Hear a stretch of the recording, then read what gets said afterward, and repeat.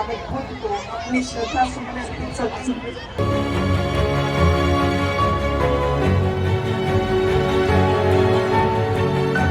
शिक्षा का बीज रोपित करने बच्चे लाए हैं। माता सावित्री बाई फुले जी को कोटि कोटि नमन करती हूँ। आरक्षण के जनक साहू जी महाराज को कोटि कोटि नमन करती हूँ।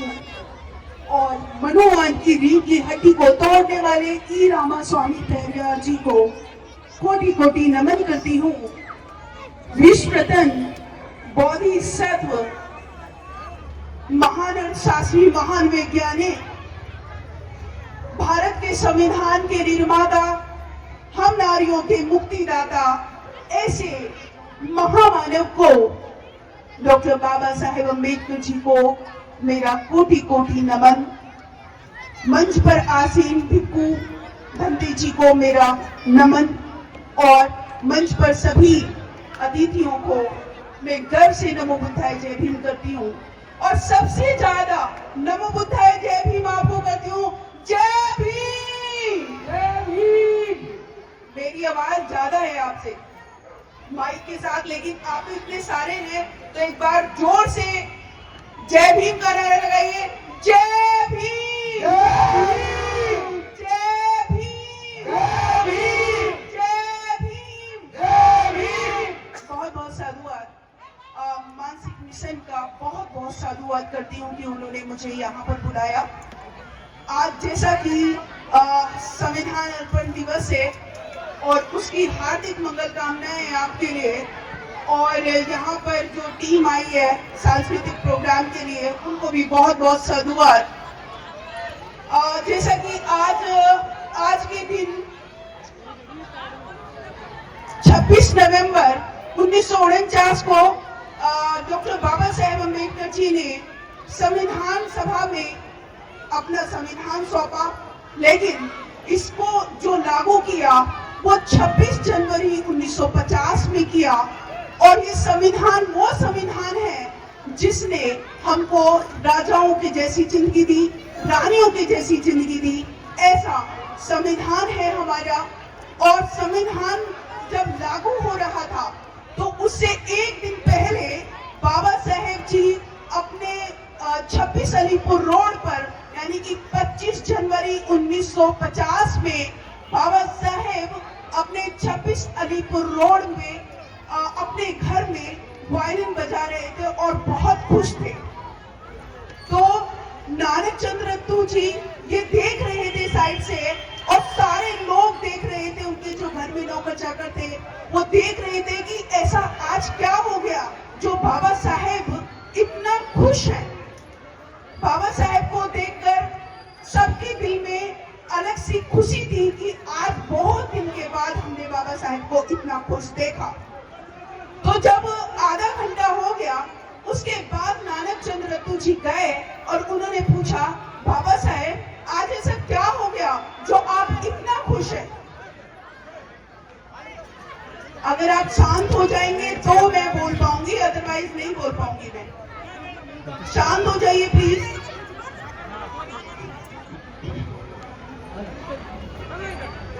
तो जब नानक चंद्र रत्तू पहुंचे और उन्होंने पूछा कि बाबा साहेब आज ऐसा क्या हो गया, तब बाबा साहेब ने कहा कि नानक तुम्हें पता है कल से मेरा संविधान लागू हो जाएगा। तो उन्होंने कहा कि तो इसमें बड़ी बात क्या है बाबा साहेब, क्या आपने कुछ एक अलग संविधान लिखा है? क्या आपने हमारे समाज के लिए कुछ अलग लिखा है जो आप इतना खुश हैं? तो बाबा साहेब कहते हैं कि नानक कल से कोई भी राजा रानी के पेट से नहीं लेगा, बल्कि शिक्षा से जन्म लेगा, यानी कि शिक्षा से राजा बनेगा, कोई भी राजा रानी के पेट से नहीं बनेगा। ऐसा मैंने संविधान में प्रावधान किया है। बाबा साहेब ने तमाम अधिकार दिए और सबसे बड़ा जो अधिकार दिया वो मैं समझती हूँ कि शिक्षा का अधिकार दिया, जिस शिक्षा के बल पर आज हम सच्चाई को जान पाए। क्योंकि बाबा साहेब कहते हैं कि जो अपना इतिहास नहीं जानते वो कभी अपना इतिहास बना नहीं सकते, और शिक्षा वो शेरनी का दूध है जो पिएगा वही दाड़ेगा। इसलिए बाबा साहेब ने सब हमको शिक्षा का अधिकार था। अगर शिक्षा नहीं होती तो हम नहीं होते।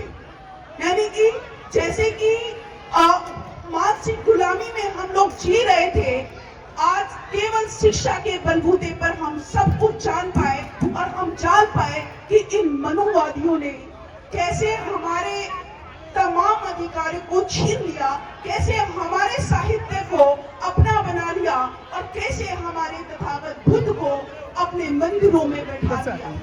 अगर हम नहीं जान पाते तो ऐसी ही हम गुलामी में शिकार रहते, जो हजारों सालों की गुलामी हमको झेलने को मिली, जानवरों के जैसा हमको जीवन जीने को मिला और हमको खाने के लिए मरे हुए जानवरों का मांस और छोड़कर गंदा पानी पीना पड़ा। इस गुलामी से, क्योंकि हम अनपढ़ थे, अशिक्षित थे। हम केवल शिक्षा के बलबूते आगे बढ़ पाए और बाबा साहेब ने ये शिक्षा का जो अधिकार है वो अपने आर्टिकल नंबर 19A में और 46 में दिया है। आप जानते हैं कि हमारे मौलिक अधिकारों ने हमको रानियों की जैसा बनाया और हम पढ़ते नहीं है। हमें लगता है कि हम जय भीम बोल गए और हम अम्बेडकर अनुयायी हो गए। हम कभी भी जय भीम बोलकर अम्बेडकर अनुयायी नहीं हो सकते जब तक कि हम बाबा साहेब के इतिहास को, अपने महापुरुषों के इतिहास को ना जाने। क्योंकि बाबा साहेब ने जो हमारे लिए आंदोलन किए हैं वो सोचने वाली बात है कि हमको साफ पीने का पानी पीने का वो नहीं था अधिकार और आज हम बिस्लरी का पानी पीते हैं। हमको गाड़ी बंगलों में घूमने का अधिकार बाबा साहेब के संविधान से मिला। हमको महलों में रहने का अधिकार बाबा साहेब के संविधान ने दिया। किसी देवी देवता ने हमको ये अधिकार नहीं दिए। और खासकर इतनी सारी महिलाओं से मैं कहना चाहती हूँ कि आज जो आप सर उठाकर जीती हैं, आज जो आप गर्व से कहती हैं कि मैं महिला हूँ और मुझे सबसे पहले अधिकार मिलना चाहिए, तो वो केवल और केवल बाबा साहेब की बदौलत मिला है। बाबा साहेब ने हमको हिंदू कोड बिल में वो तमाम राइट दिए जो हमसे छीन लिए गए थे। जो हमको पैर की जूती समझते थे, आज वो हमको सर का ताज समझते हैं। और वो किसकी बदौलत? किसी देवी देवता की बदौलत नहीं, बल्कि संविधान की बदौलत, बाबा साहेब की बदौलत। तो आप लोग देख लीजिए कि हमको क्या फॉलो करना है, क्योंकि अगर हम हिंदू बने रहेंगे तो हम वही गुलामी के शिकार रहेंगे, क्योंकि हिंदू ग्रंथों ने हमें हजारों सालों की गुलामी दी और बाबा साहेब के संविधान ने हमको आजादी दी।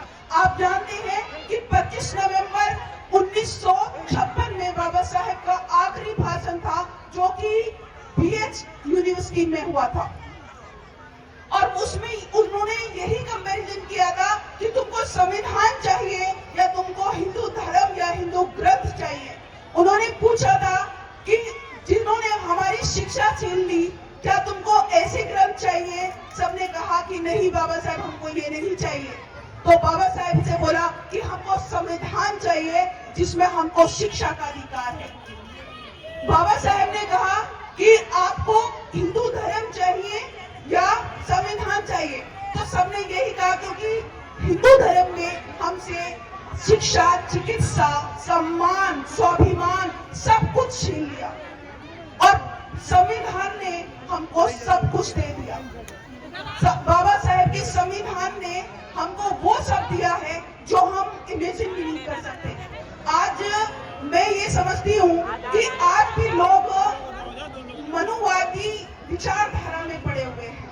जब तक हम मनुवादी विचारधारा को नहीं छोड़ेंगे तब तक हमारे साथ ऐसा ही शोषण होता रहेगा। और आप जानते होंगे रिसेंट की घटना है, क्योंकि ये लोग जो है ये भारत को मनुस्मृति के तहत चलाना चाहते हैं और हमारे लोग उनका सपोर्ट कर रहे हैं। बहुत सारे लोग हैं जो उनका सपोर्ट कर रहे हैं, हिंदू धर्म ग्रंथों को मान रहे हैं, हिंदू देवी देवताओं को मान रहे हैं और अपना पैसा वहां लुटा रहे हैं और हमारे अधिकार छीनते जा रहे हैं। मध्य प्रदेश के सिंहपुर में आज मनुस्मृति को लागू कर दिया। तो हमको ये सोचना पड़ेगा कि मनुस्मृति ने हमारे तमाम अधिकारों को छीना था, तो हम बाबा साहब ने 25 दिसंबर 1927 को इस काले कानून को आग लगाई थी। तो क्या हम चाहते हैं कि हमको ऐसा कोई कानून जो कि बिल्कुल हम लोगों को काला कानून हम इसको कह सकते हैं, क्या हमको वो काला कानून चाहिए दोबारा, या हमको एक होकर संविधान को मतलब संविधान को आगे लेकर जाना है, संविधान के अनुसार हमको चलना है। क्योंकि आज संविधान दिवस है, तो संविधान की आप सभी ने अभी प्रस्तावना पढ़ी और यहाँ से एक प्रण लेकर जाइए कि चाहे कुछ भी हो जाए लेकिन संविधान पे किसी भी तरीके की आंच नहीं आने देंगे। ये हमको सोचना होगा, क्योंकि बाबा साहब ने ऐसे ही नहीं दिलाया हमको अधिकार।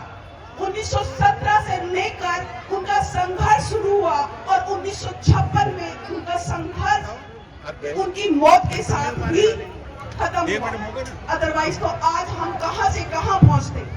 तो मैं आप सभी से, क्योंकि वक्त मेरे पास कम है, तो मैं आप सभी से एक रिक्वेस्ट करना चाहती हूँ, खासकर महिलाओं से रिक्वेस्ट करना चाहती हूँ, क्योंकि महिलाएं अगर बदलती हैं तो बदलेगा घर, और घर बदलेगा तो बदलेगा समाज।